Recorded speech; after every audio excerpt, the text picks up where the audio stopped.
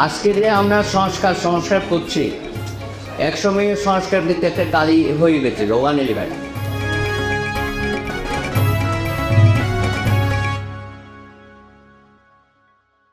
মানে তো আর তো বৃন্দাবন উপস্থিতির মধ্যেও অনেক কীর্তন এবং যারা হয়তো পরবর্তী সেশনে আলোচনায় অংশ গ্রহণ সকলকেই শুভেচ্ছা।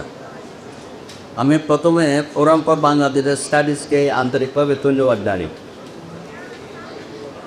দেশ দুদিন ব্যাপী তারা একটা জাতীয় সমাবেশের আয়োজন করেছে এবং সমস্ত দল মত পথে সবাইকে এখানে সচেষ্ট করেছে এবং প্রত্যেকেই আসছেন এবং আন্তরিকভাবে অংশগ্রহণ করেছে এবং যারা অর্গানাইজার তাদের আন্তরিকতা নিয়েও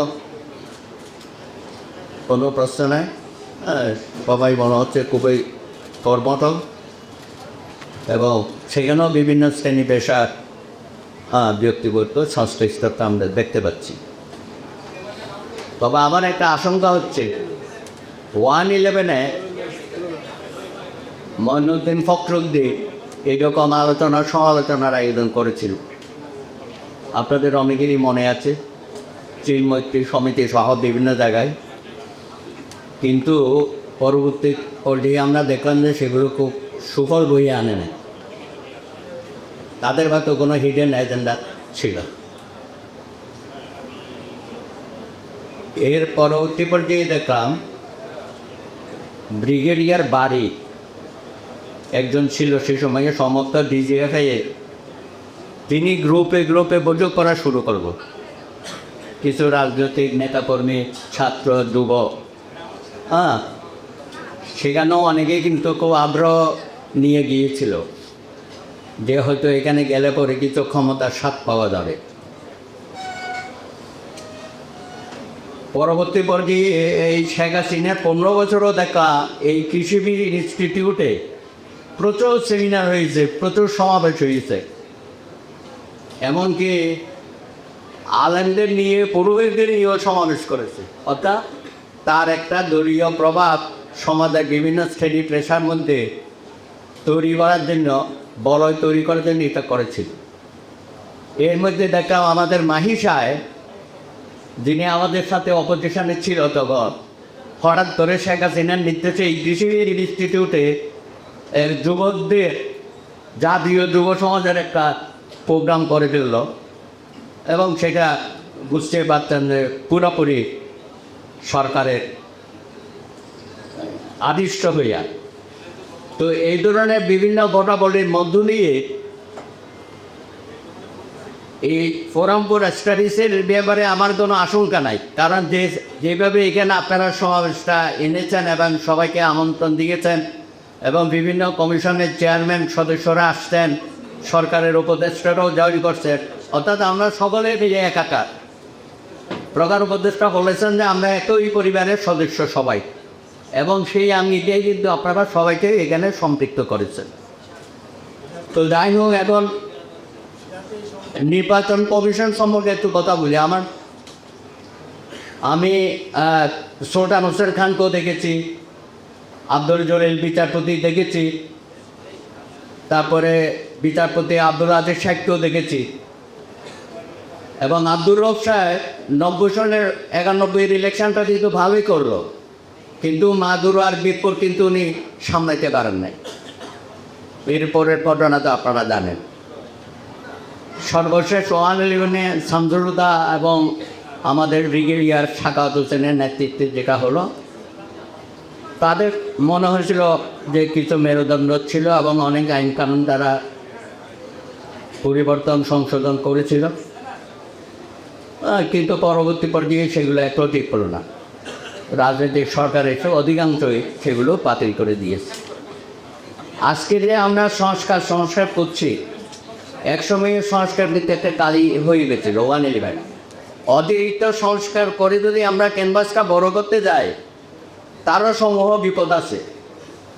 ইতিমধ্যে নির্বাচন কমিশন বলেছে তারা অক্টোবরের মধ্যে তাদের সব কিছু তারা করতে পারবে, ভোটার লিস্ট থেকে শুরু করে ডিলিমিটেশন, এমনকি নতুন রেজিস্ট্রেশন, যারা আমাদের ভাইয়েরা নতুন দল করতে আগ্রহী সবগুলো তারা করতে পারে, তাহলে নির্বাচনটা আর দেরি করবে কেন? আরও তো 1 বছর সময় আছে। আপনি যতই নির্বাচনটা জুড়িয়ে ধরেন, এই যে আজকে এখানেও আলোচনার মধ্যে দেখেন বিভিন্ন ধরনের আলোচনা হচ্ছে। 5 মাসের যে ঐক্যটা ছিল নির্বাচনকে কেন্দ্র করে আমাদের মধ্যে একটা অনেকগুলো সৃষ্টি হয়ে যাবে। সুতরাং এখানে সংবিধান সংস্কার কমিশন তিনিও বলেছেন যে সংবিধান সংস্কারের অর্থ সংবিধান ছেড়ে দেওয়া না, সংবিধান পরিপূর্ণভাবে পুনর্লেখন না। উনি যখন বলছেন যে 75-এর বাকশাল লিখন পুনর্লিখন, উনি বলেছেন পঞ্চদশ সংশোধনীয় পুনর্লিখন, উনি এইভাবে জিনিসটাকে ব্যাখ্যা করেছেন। তো সেটা তো খুবই ভালো। আর পঞ্চদশ সংশোধনের রায়ের মাধ্যমে আমরা কিন্তু অনেক কিছু ফিরে বেরিয়েছি। হ্যাঁ, সুতরাং এটাও তো একটা সংস্কারের মধ্যে এসে গেছে। আগামী বিবাদের রায়ের মাধ্যমে হয়তো তত্ত্বাবধায়ক সরকার আরও একটা রূপরেখা আমরা পেয়ে যাব। সুতরাং সংস্কারের বিষয়টা যত প্রলম্বিত হবে আমাদের নিজেদের মধ্যে বিভেদটা অনেকটা আরও দৃশ্যমান হবে। এবং গত 15-17 বছর এই দেশের মানুষ ভোট দিতে পারে নাই, বঞ্চিত হয়েছে। এবং সেই কারণেই তরুণ সমাজ সহ জনগণ অপেক্ষা করছে একটা সুষ্ঠু নির্বাচন, গ্রহণযোগ্য নির্বাচনের জন্য, এবং তাদের জনপ্রতিনিধিরা রাষ্ট্র পরিচালনা করবে। এবং আমাদের যারা তরুণ সমাজ বৈষম্য বিরোধী আন্দোলন করে এত বড় একটা বিজয় এনে দিয়েছে, তারা কেন দ্বিমত করবে? তারা তো বলছে যে এখন যে নাগরিক কমিটি করেছে এটা কোনো রাজনৈতিক দল না। তারা হয়তো বলছে যে আরও তাদের 2-3টা রাজনৈতিক দল আসতে পারে, আসুক এটা।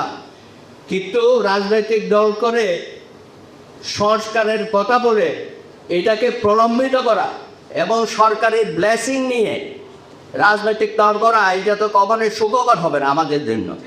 সুতরাং আমার কথা হচ্ছে সংস্কার অবশ্যই যতটুকু তারা প্রস্তাব করে। তো আর শুনুন, আরেকটা বিপদ হয়ে গেছে।